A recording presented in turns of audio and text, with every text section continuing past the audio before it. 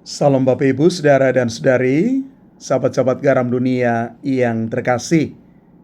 Selamat hari Minggu untuk kita sekalian, dan hari ini kita masuki hari Minggu Prapaskah yang kedua. Di dalam Injil hari ini kita mendengarkan kisah peristiwa transfigurasi. Yesus naik ke gunung untuk berdoa bersama dengan 3 muridnya, Petrus, Yakobus, dan Yohanes. Dan ketika Yesus sedang berdoa, wajahnya berubah dan pakaiannya menjadi putih berkilau-kilauan. Dan di dalam peristiwa ini tampak juga dua sosok lain, yakni Musa dan Elia. Musa kita tahu adalah pemimpin peziarah orang Israel meninggalkan Mesir, dan Elia itu adalah nabi besar dalam sejarah bangsa Israel. Mereka berbicara tentang tujuan perjalanan Yesus ke Yerusalem.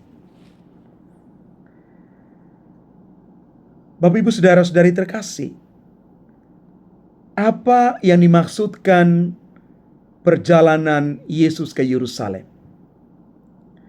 Mari kita lihat bahwa Yerusalem itu adalah pusat kota dan peribadatan bagi orang Yahudi. Pusat kultus. Yerusalem itu adalah kota Allah.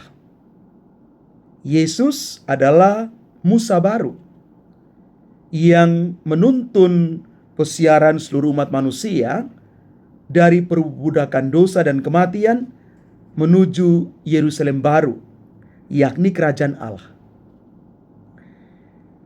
Jika demikian, maka peristiwa transfigurasi itu merupakan bentuk pernyataan diri Yesus Kristus sebagai anak Allah, sehingga kita manusia bisa mengenalnya sebagai juru selamat yang akan membawa kehidupan baru kepada manusia.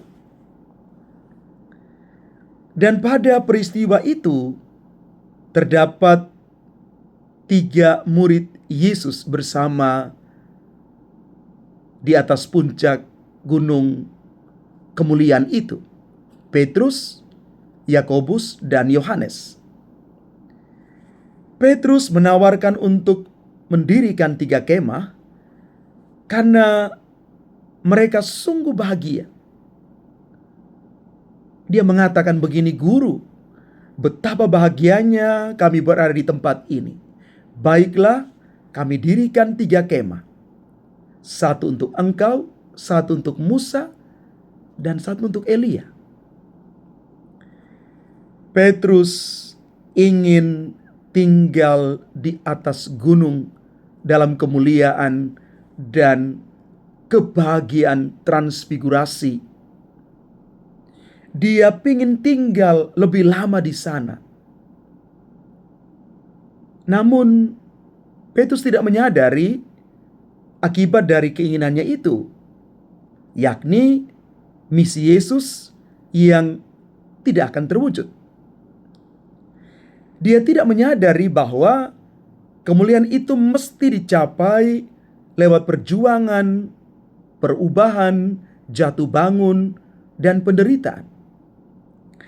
Inilah proses yang dilupakan oleh Petrus, karena dia cuma fokus kepada kebahagiaan yang dia alami. Permintaan Petrus untuk mendirikan kemah di atas gunung menunjukkan sikap nyaman. Petrus dan teman-temannya terlena dalam zona nyaman dan tidak mau beranjak dari situasi itu. Karena itu, Yesus tidak membiarkan para murid terlena di dalam kenikmatan hidup. Yesus tidak memenuhi keinginan dan permintaan Petrus dan mengajak mereka untuk turun dari gunung. Ajakan Yesus untuk turun dari gunung merupakan pelajaran kehidupan yang penting bagi para murid dan kita sekalian. Bagaimana kita melihat dan memaknai kenyamanan, kebahagiaan, ketenangan, dan status quo itu mesti ditinggalkan untuk mencapai kemuliaan yang lebih besar. Yesus rela meninggalkan zona nyaman demi menyelamatkan manusia dari kebinasaan dan maut. Pertanyaan sederhana untuk kita, apakah kita mampu? Apakah di zaman sekarang ini, hidup di tengah dunia yang serba mudah ini, kita siap untuk meninggalkan zona nyaman ini? Bukan perkara mudah. Karena semua orang berlomba-lomba untuk meraih kenikmatan itu, meraih zona nyaman itu. Bahkan mungkin kadang-kadang orang berjuang untuk menemukan dengan cara yang tidak benar. Orang mau berada terus di zona itu, zona nyaman yang mungkin kadang-kadang menjadikan kita tidak nyaman.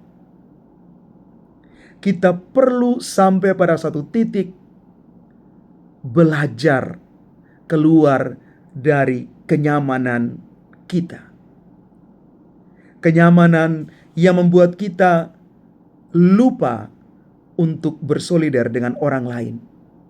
Kenyamanan yang pada akhirnya membuat kita menutup mata pada orang-orang di sekitar kita dengan pelbagai persoalan hidup mereka. Bapak, Ibu, saudara-saudari terkasih, di dunia ini ada begitu banyak tawaran yang pasti menjanjikan kenikmatan dan kenyamanan untuk hidup. Namun mari jangan kita melupakan tawaran Tuhan. Tawaran Tuhan untuk tetap tabah dalam penderitaan, dalam pergumulan, dalam proses panjang kehidupan. Terkadang kita merasa sulit untuk mendengar dan mengikuti tawaran Tuhan untuk memperoleh kehidupan kekal itu, karena kita masih sibuk dengan diri sendiri. Kita masih diikat oleh keinginan-keinginan kita. Maka masa prapaskah adalah masa dan saat di mana kita berbenah. Kita mau mengambil langkah-langkah baru. Maka mari Bapak Ibu sejenak kita merenung. Kita memaknai segala peristiwa Tabor dan Golgota. Pengalaman Tabor yang penuh dengan kebahagiaan, tetapi juga Golgota, pengalaman di mana kita merasa sendiri, pengalaman di mana kita berada di titik yang paling rendah.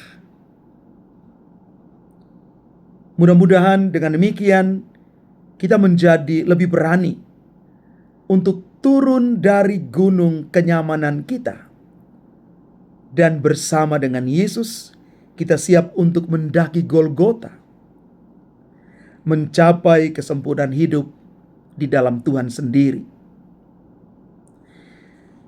Bapak, Ibu, saudara-saudari yang terkasih, mari kita belajar untuk siap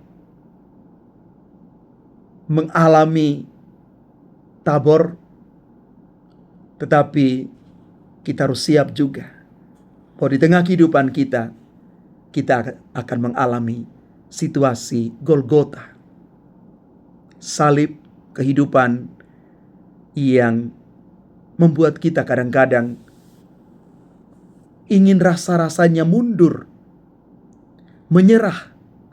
Tapi jangan lupa bahwa inilah dinamika hidup. Setiap kita pasti ada gerakan naik, tapi juga ada gerakan turun. Maka ketika kita berada di atas, sadarlah bahwa kita terus waspada. Dan ketika kita berada di posisi bawah, belajarlah bahwa tidak selamanya kita berada di tempat itu. Maka mari kita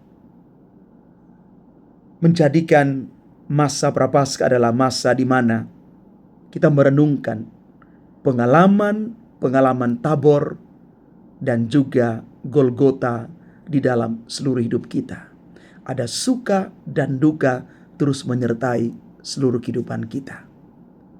Ketika kita berada di atas, jangan sombong, jangan angkuh. Tapi ketika kita berada di bawah, kita juga harus dengan jiwa besar menjadikan pengalaman menurunnya kehidupan turun dari gunung itu menjadikan kita lebih rendah hati. Keberanian untuk turun dari gunung adalah kesempatan kita membiarkan Tuhan untuk menuntun seluruh kehidupan kita. Tuhan memberkati kita sekalian. Amin.